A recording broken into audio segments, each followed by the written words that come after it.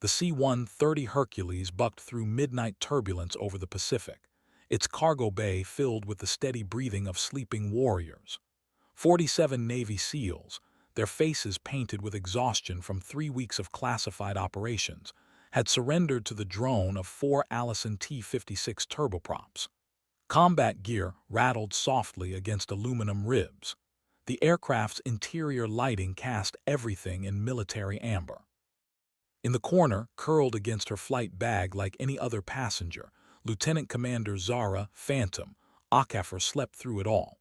Her slight frame seemed impossibly small among the operators surrounding her dark skin peaceful in the dim light. Most of the SEALs had barely acknowledged her presence during boarding at Kadena Air Base. Another pilot catching a ride home, they figured. Probably flew transport runs between safe bases. They were wrong about everything. Master Chief Petty Officer Rodriguez stirred as the aircraft lurched through another air pocket. His eyes swept the cabin, performing the automatic head count that senior NCOs do in their sleep. 47 SEALs, check. 2 Air Force Loadmasters, check. 1 sleeping pilot in the corner who. Rodriguez frowned. Something about her uniform caught his attention. The wings on her chest weren't standard pilot wings. They were different, special, and that call sign patch, Phantom. Where had he heard that name before?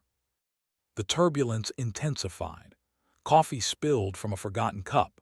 Several SEALs shifted in their webbed seats, but the woman didn't stir. She slept like someone who'd learned to find peace in chaos, her breathing steady as a metronome even as the aircraft shuddered through violent air. Lieutenant Jimmy Santos, barely 23 and fresh from his first deployment, nudged his team leader. "Hey, Chief, who's the pilot?"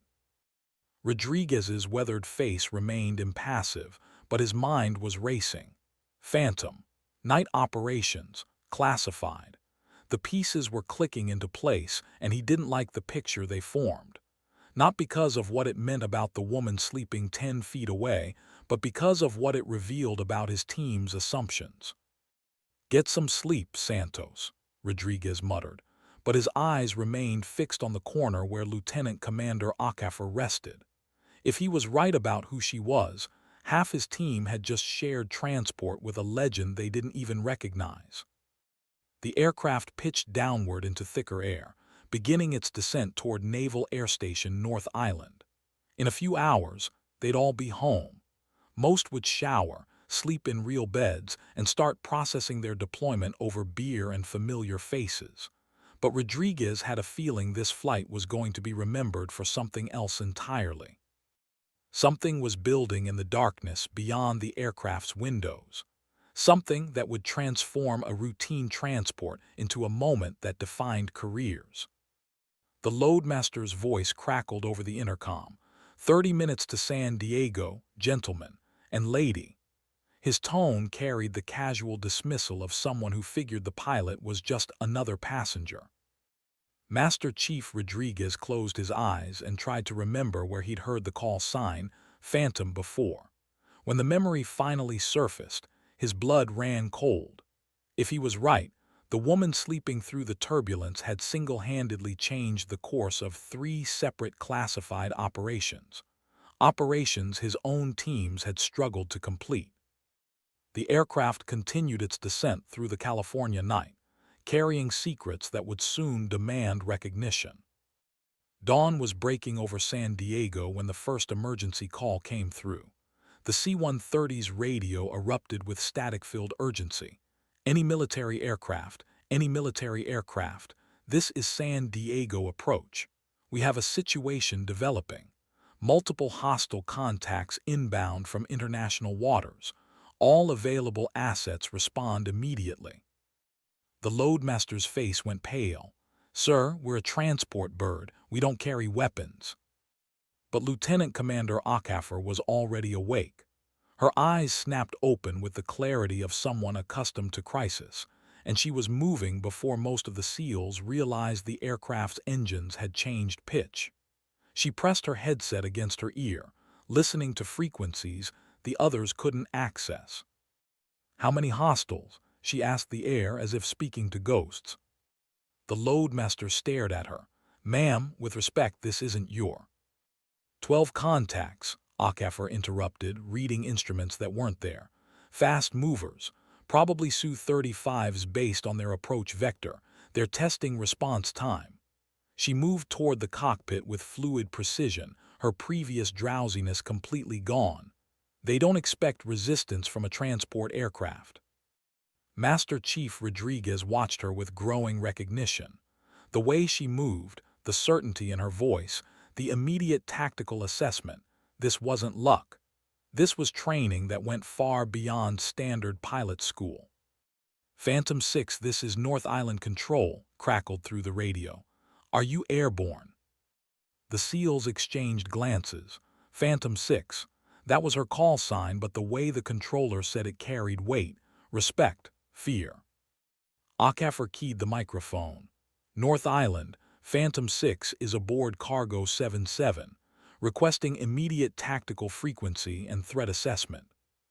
"Phantom 6, thank God. We have a developing situation.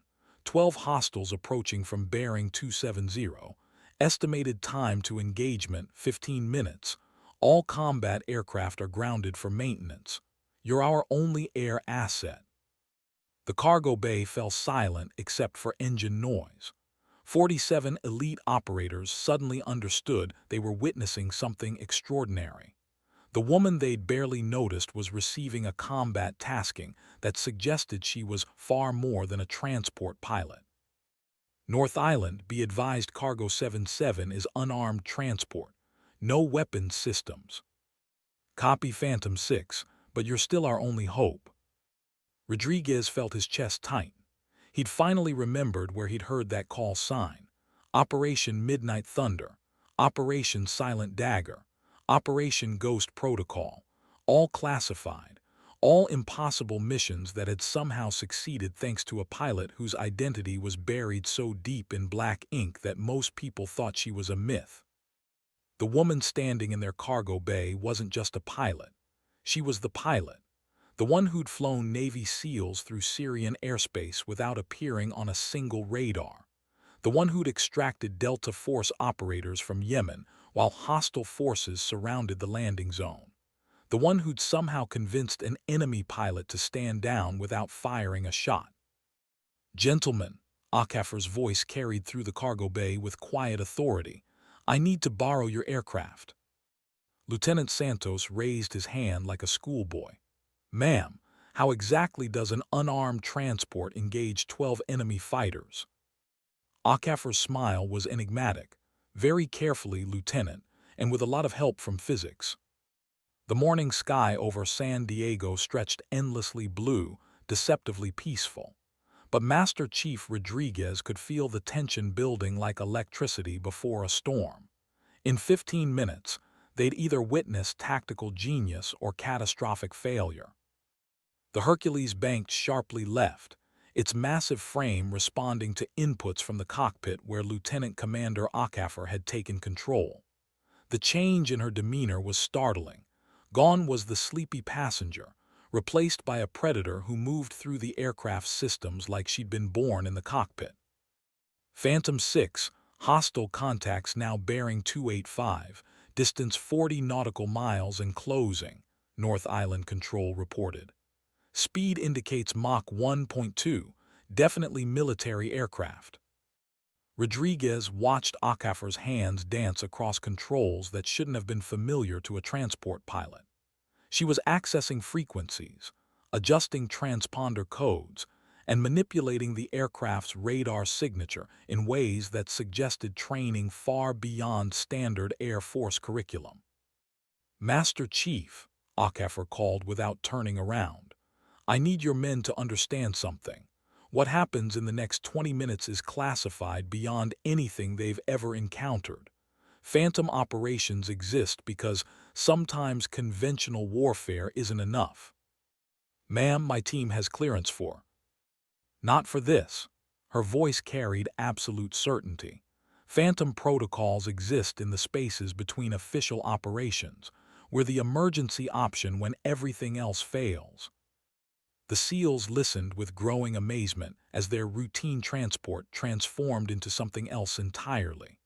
Through the aircraft's small windows, they could see other military aircraft on the ground at North Island, all clearly non-operational, creating the crisis that had elevated their humble cargo flight to frontline defense.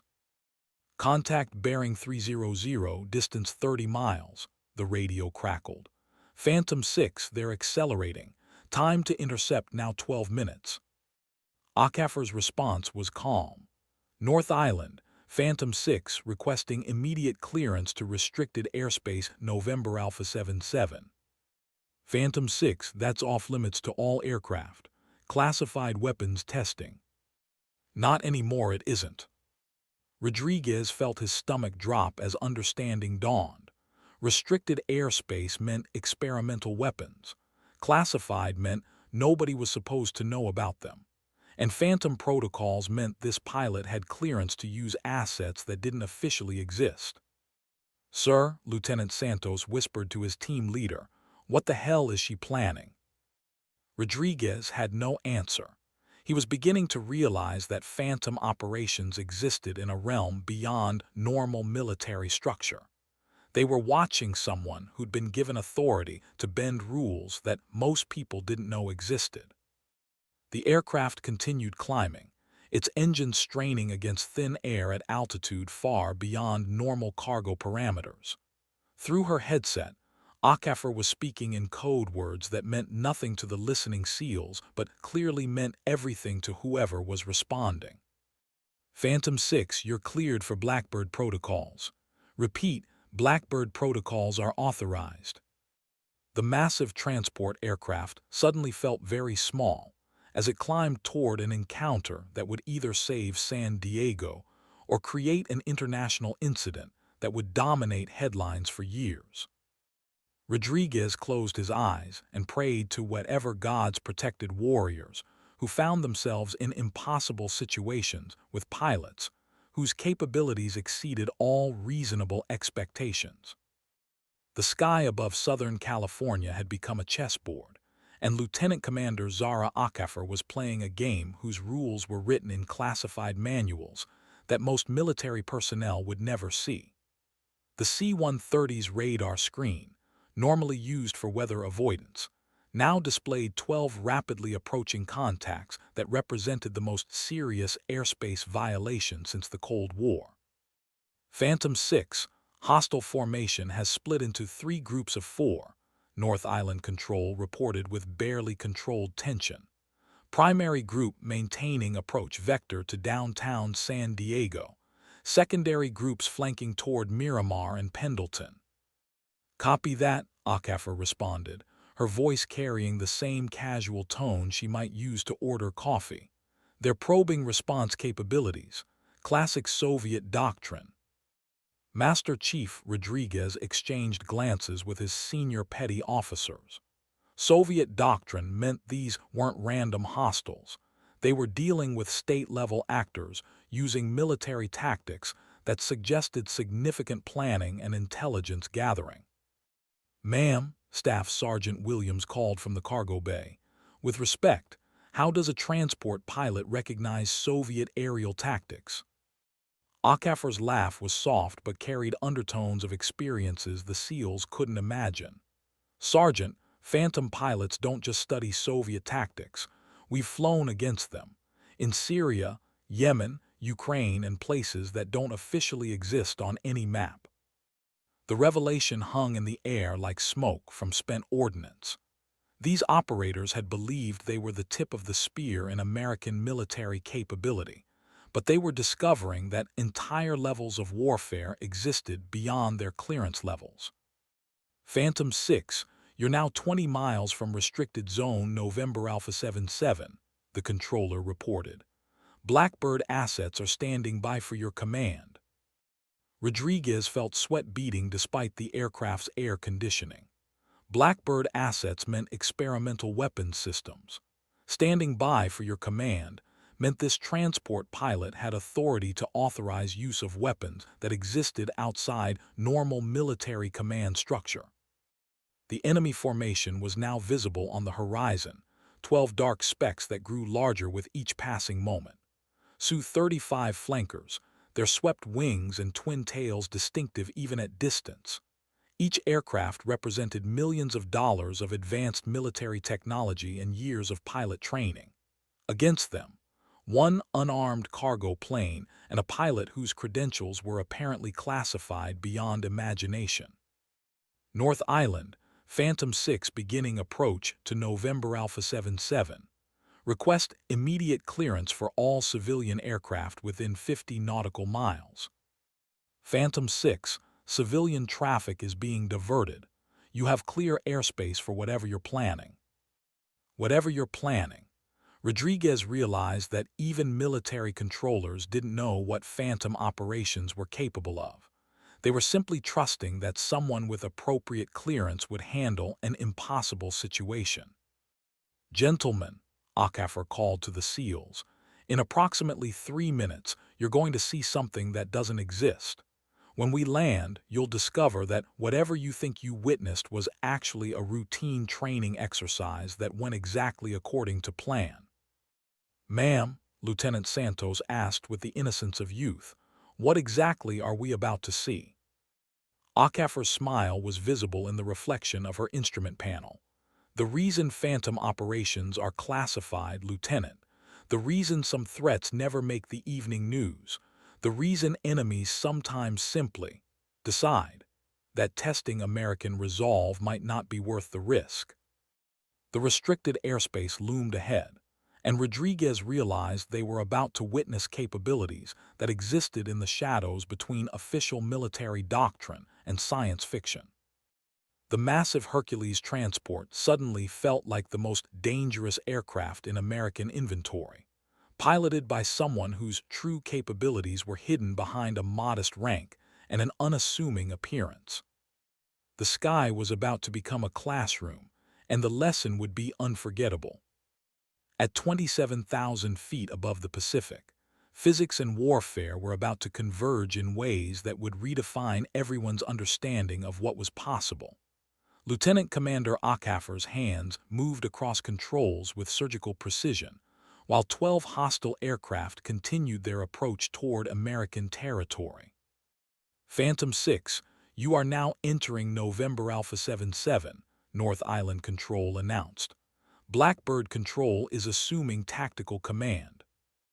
A new voice filled the radio frequency, deeper, more mechanical, suggesting electronic filtering that obscured identity.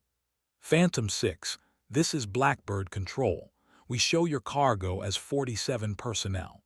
Confirm all souls are secured for kinetic operations. Rodriguez felt his blood pressure spike. Kinetic operations meant weapons fire, but they were in an unarmed transport aircraft facing 12 advanced fighters. The mathematics of survival appeared impossible. Blackbird Control, all personnel secured, requesting immediate authorization for Protocol 77 Alpha. Phantom 6, Protocol 77 Alpha is authorized. You have release authority for assets designated November 1 through November 4. The SEALs listened to this exchange with growing amazement. Protocol 77 Alpha clearly referenced weapons systems they'd never heard of, and release authority meant their transport pilot could authorize their use. The hierarchy they thought they understood was dissolving. Sir, Petty Officer Martinez whispered to Rodriguez, what's November 1 through November 4? Rodriguez had no answer, but he was beginning to suspect they were about to discover capabilities that existed beyond conventional military understanding. Phantom operations clearly involved resources that weren't in any official order of battle. Through the aircraft's small windows, the hostile formation was clearly visible now. 12 Su-35s in perfect tactical formation, their weapons systems undoubtedly active and targeting solutions calculated. Against them, one transport aircraft whose pilot was somehow coordinating with assets that didn't officially exist. Hostile formation now 15 miles from San Diego airspace, North Island Control reported. Phantom 6, whatever you're planning, it needs to happen now. Akafer's voice remained steady. Blackbird Control, Phantom 6 is lighting up November assets. Hostile formation should begin receiving electronic interference in 30 seconds. Rodriguez watched her hands move across control panels that definitely weren't standard C-130 equipment. Hidden modifications had transformed their transport into something else, a platform for weapons systems that existed in the spaces between acknowledged military capability and theoretical possibility. Phantom 6, November 1 is active. Hostile formation is showing confusion on their communications frequencies. Through their headsets, the SEALs could hear fragmentary Russian communications filled with static and confusion. The enemy pilots were suddenly dealing with electronic warfare that was disrupting their coordination and targeting systems. November 2 is active, Blackbird Control reported. Hostile radar systems are degraded. The Su-35s were still approaching, but their formation had become ragged as pilots struggled with instrument failures and communication breakdowns. Whatever November assets were, they were invisible to conventional detection but devastatingly effective against enemy systems. November 3 active. Hostile navigation systems compromised. Rodriguez realized he was witnessing electronic warfare capabilities that exceeded anything he'd studied in classified briefings. The enemy formation was being systematically blinded and confused without a single shot being fired. Phantom 6, Akafer spoke into her microphone with quiet authority. This is your final opportunity to reverse course and return to international waters. Your aircraft are experiencing electronic difficulties due to experimental American defense systems. These difficulties will become permanent if you continue your approach. The response came in accented English. American aircraft, we are conducting routine navigation exercises in international airspace. Akafer's laugh was gentle but somehow terrifying. November 4, you are authorized. What happened next would remain classified for decades, but 47 Navy SEALs would never forget the moment when electronic warfare became something approaching magic.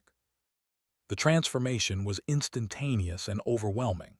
Every Russian pilot simultaneously lost all electronic systems, radar, communications, navigation, even basic engine management computers. 12 advanced Su-35 fighters suddenly became 12 very expensive gliders whose pilots faced an impossible choice. Eject over the Pacific or attempt emergency landings with aircraft whose sophisticated systems had simply stopped functioning. Phantom 6, all hostile aircraft are returning to previous heading, North Island Control reported with obvious relief. Electronic systems appear to be restored as they move away from our territorial waters. Rodriguez watched through the small windows as the Su-35 formation turned away from American airspace, their previous precision replaced by the careful flying of pilots who no longer trusted their instruments. Whatever November 4 was, it had the capability to selectively disable sophisticated military electronics while leaving the aircraft themselves undamaged. Blackbird Control, Phantom 6 requesting stand-down of November assets. Phantom 6, all November assets are returning to standby status. Excellent work. Blackbird Control out. The frequency fell silent except for routine air traffic control. The crisis that had threatened San Diego was over, resolved without weapons fire or international incident. To outside observers, 12 Russian aircraft had simply decided that routine navigation exercises weren't worth completing. North Island Control, Phantom 6 returning to standard cargo frequency. Request normal approach and landing. Phantom 6, you are cleared for approach, and thank you. Lieutenant Commander Akafer turned to face the 47 SEALs who had witnessed something that officially never happened. Her slight frame seemed somehow larger now, carrying the weight of capabilities that existed beyond normal military understanding. Gentlemen, she said with quiet authority, You've just participated in a training exercise designed to test transport aircraft communication systems during electronic warfare scenarios. The exercise went exactly according to plan, and all participating aircraft returned safely to their bases.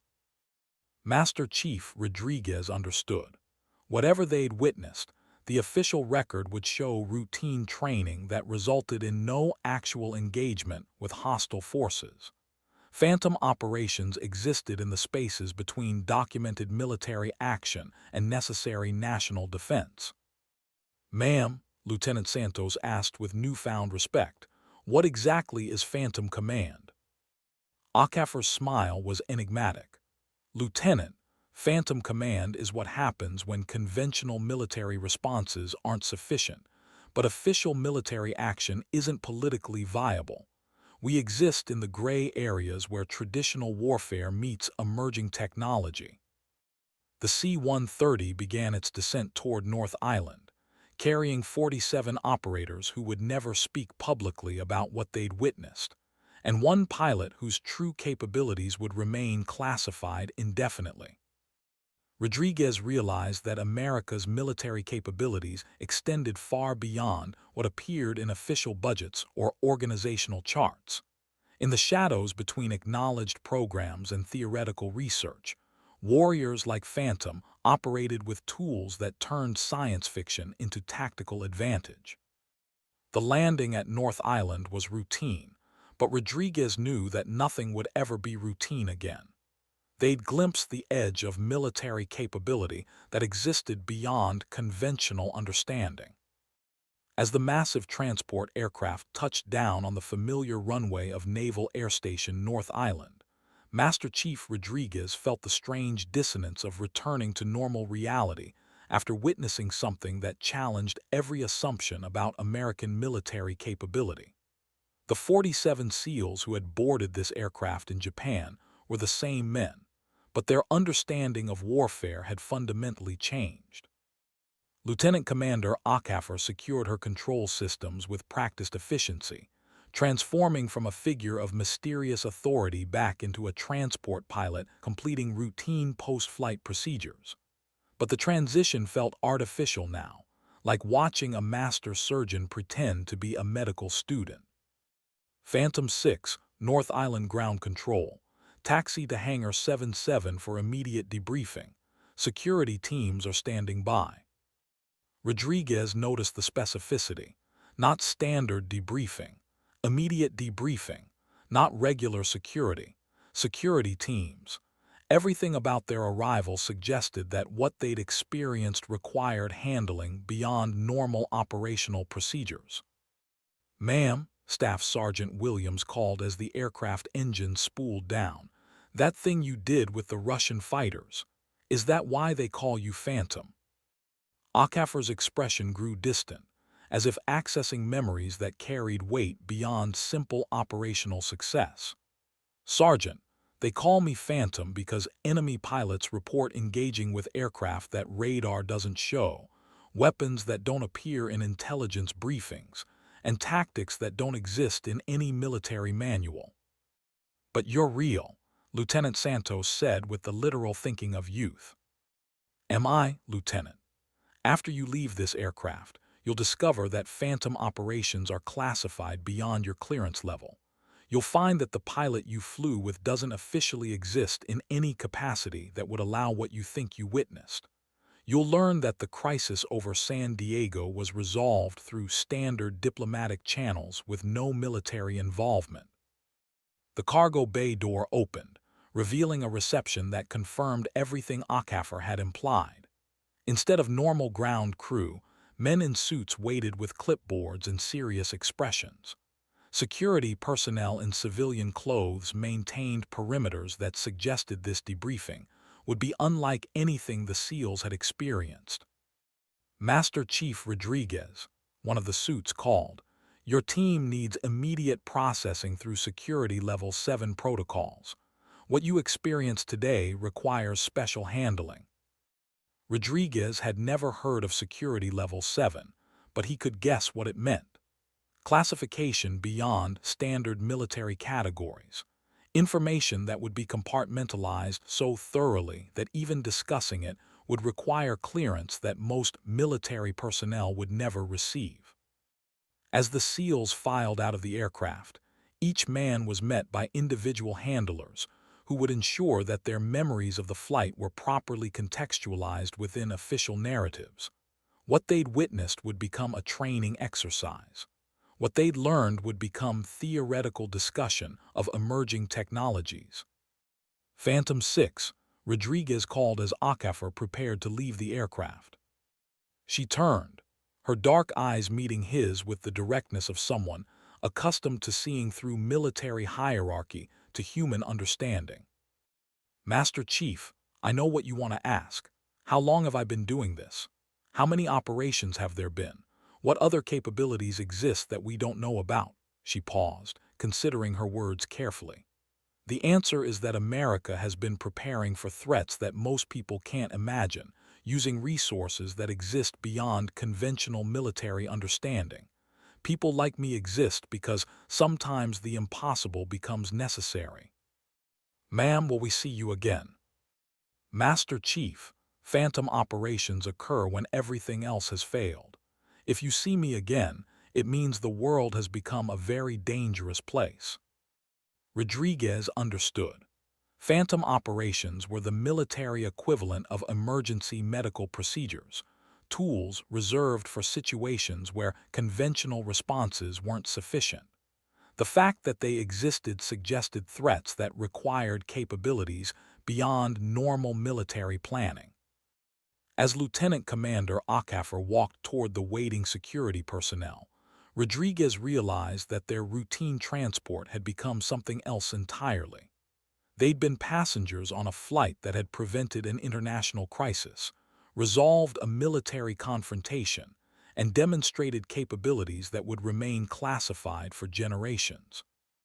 The morning sun over San Diego looked the same, but everything else had changed for 47 Navy SEALs who now understood that American military power extended far beyond what appeared in official organizational charts or public budgets. In the shadows between acknowledged capability and theoretical possibility, warriors like Phantom ensured that some threats never became public crises.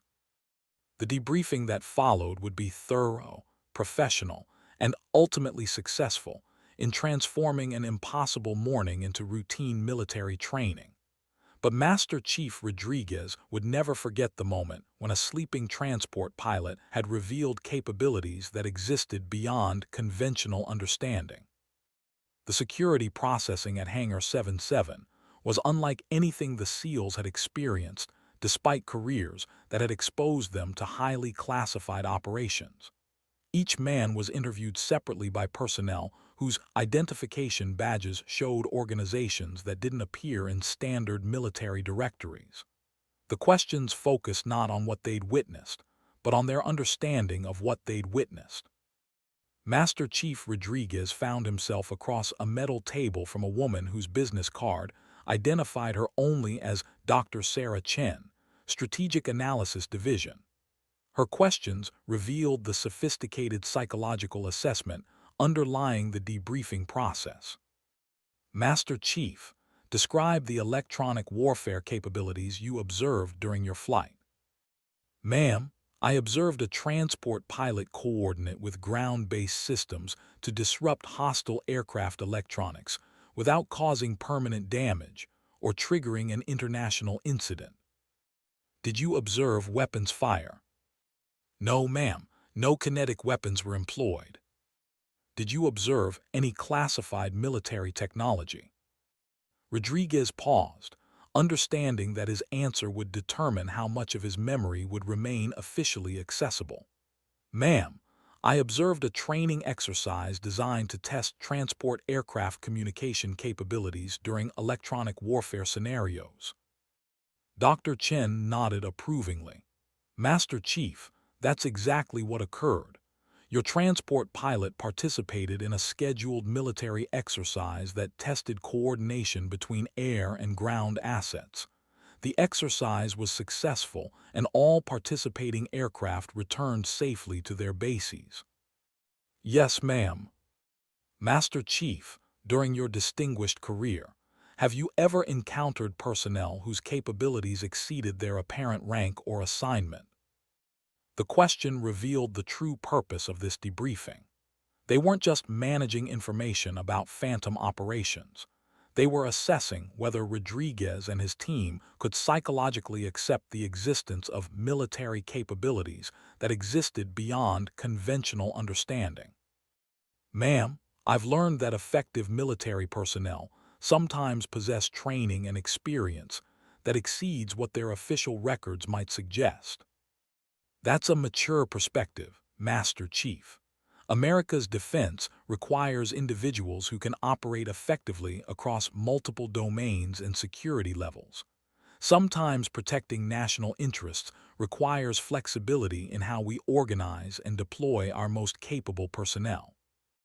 Rodriguez realized that Dr. Chen was offering him a framework for understanding what he'd witnessed, not denying it, but contextualizing it within acceptable military reality. Phantom operations existed, but they existed within parameters that allowed conventional military personnel to maintain psychological coherence. Master Chief, your team performed exceptionally well during today's exercise. Your men demonstrated adaptability and professionalism when exposed to unfamiliar operational parameters. That adaptability is exactly why elite units like Navy SEALs are selected for complex operations. Thank you, ma'am.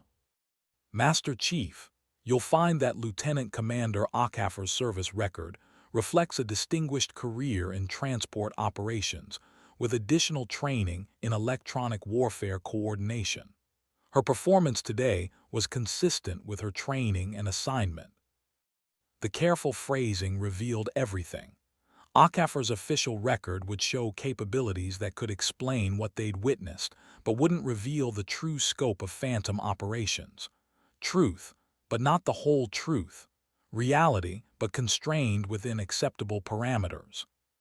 Ma'am, understood. Master Chief, your team will return to normal operational status immediately. Today's exercise will be documented in your training records as professional development in joint operations. No further discussion of the exercise details will be necessary. Rodriguez understood. The debriefing was complete. What they'd experienced would become part of their classified training history, but the deeper implications would remain compartmentalized beyond their clearance level. As he left the debriefing room, Rodriguez reflected on the sophisticated psychology of military classification. Truth existed in layers, and personnel were exposed to only the layers they needed to maintain operational effectiveness.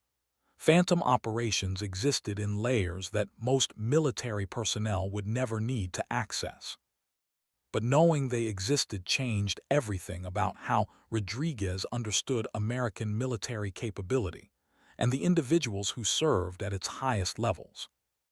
The debriefing concluded with each SEAL signing documentation that he'd participated in a routine training exercise that had proceeded according to plan. Their memories remained intact, but contextualized within a framework that allowed normal military life to continue. Lieutenant Commander Zara, Phantom, Akaffer stood in the operations center beneath Hangar 77, reviewing after-action reports that would never appear in official military records.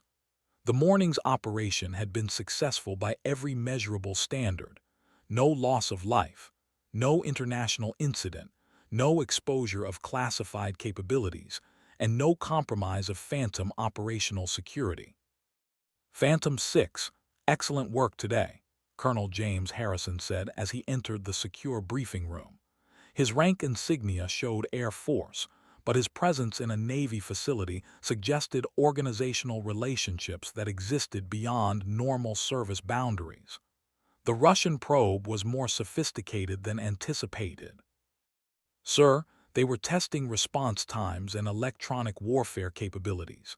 Standard intelligence gathering, but with state-level resources and advanced aircraft. Someone wanted to know how we'd respond to airspace violations during a period when conventional assets were unavailable. Any indication they detected November capabilities? Negative, sir. Their electronics experienced what appeared to be standard jamming and interference, nothing that would suggest weapon systems beyond current American military capability. Akafor paused, reviewing data on her tablet. They'll report electronic warfare more advanced than expected, but nothing that violates known physics or reveals classified research. Colonel Harrison nodded approvingly. The success of Phantom operations depended on enemy forces believing they'd encountered advanced but explainable American military technology. The true capabilities had to remain invisible even when deployed. Phantom 6. How did the SEAL team handle exposure to operational parameters beyond their clearance level? Sir, Master Chief Rodriguez demonstrated exactly the kind of adaptive thinking that makes elite units valuable for complex operations. His team followed his lead and maintained operational security throughout. Dr. Chen's debriefing team should have no difficulty integrating their experience into acceptable frameworks. Any personnel concerns? Sir, Lieutenant Santos asked intelligent questions that suggest curiosity rather than security risk. Staff Sergeant Williams showed tactical understanding that could make him valuable for future operations requiring joint coordination. Overall, the team demonstrated why Navy SEALs are selected for operations that require discretion and adaptability. Colonel Harrison made notes on his own tablet. Personnel exposed to Phantom operations were always assessed for potential future recruitment. Elite units often contained individuals whose capabilities exceeded their current assignments, and Phantom operations required personnel who could function effectively across multiple classification levels. Phantom 6. Your next assignment will involve coordination with Delta Force personnel in a theater where conventional military responses aren't politically viable. Similar operational parameters, but extended duration and more complex threat assessment. Sir, understood. How much preparation time? 72 hours. Standard Phantom deployment package with additional electronic warfare assets. The threat environment includes state-level actors with advanced anti-aircraft capabilities. Akafor reviewed the implications. Extended duration meant weeks or months of operations that officially wouldn't exist. Advanced threats meant enemy forces with sophisticated weapon systems. Electronic warfare assets meant capabilities that existed beyond standard military inventory. Sir, personnel requirements. Phantom 6. You'll have complete authority to recruit from any military specialty or security level. This operation will require capabilities across multiple domains: air, ground, electronic, and psychological. Sir, request permission to recruit from the SEAL team that participated in today's operation. Master Chief Rodriguez and his personnel demonstrated adaptability that could prove valuable for complex joint operations. Colonel Harrison considered the request. Recruiting personnel who had already been exposed to Phantom operational parameters simplified security considerations, and Rodriguez's team had demonstrated psychological resilience under unusual circumstances. Phantom 6. Recruitment authority granted. Dr. Chen's assessment will determine which personnel are suitable for extended operations beyond their current clearance levels. The briefing concluded with standard Phantom operational security. No written records, no electronic communication, no acknowledgement that the conversation had occurred. But Akafor understood that her next assignment would test Phantom capabilities against threats that required everything America could deploy in the shadows between official military action and necessary national defense. As she left the operations center, Akafor reflected on the morning's events. 47 Navy SEALs had witnessed something that expanded their understanding of American military capability without compromising operational security. They would return to normal military duties with enhanced appreciation for the complexity of modern warfare and the individuals who served at its highest levels. But some of them might soon discover that elite military service sometimes led to opportunities that existed beyond conventional career paths. 3 days later, Master Chief Rodriguez received orders that were unusual even by Navy SEAL standards. The assignment was classified beyond his current clearance level and required immediate security upgrade processing. The briefing would occur at a location that didn't appear on any military installation map. "Chief, you ever heard of Strategic Operations Command?" Lieutenant Santos asked as he reviewed his own identical orders. Rodriguez had not, but he was beginning to suspect that his exposure to phantom operations had initiated a recruitment process that would fundamentally change their military careers. Elite units often served as testing grounds for personnel who might prove suitable for operations that existed beyond normal military structure. The address on their orders led to a civilian office building in downtown San Diego, but the security checkpoint in the lobby suggested military operations that maintained civilian camouflage. Their escorts were personnel whose identification badges showed organizations Rodriguez didn't recognize. "Master Chief Rodriguez, welcome to Strategic Operations Command," Dr. Chen said as she met them in a conference room whose windows overlooked San Diego Bay. "Your performance during recent training exercises suggests that you and your selected personnel might be suitable for operations that require enhanced security clearance and extended deployment capability."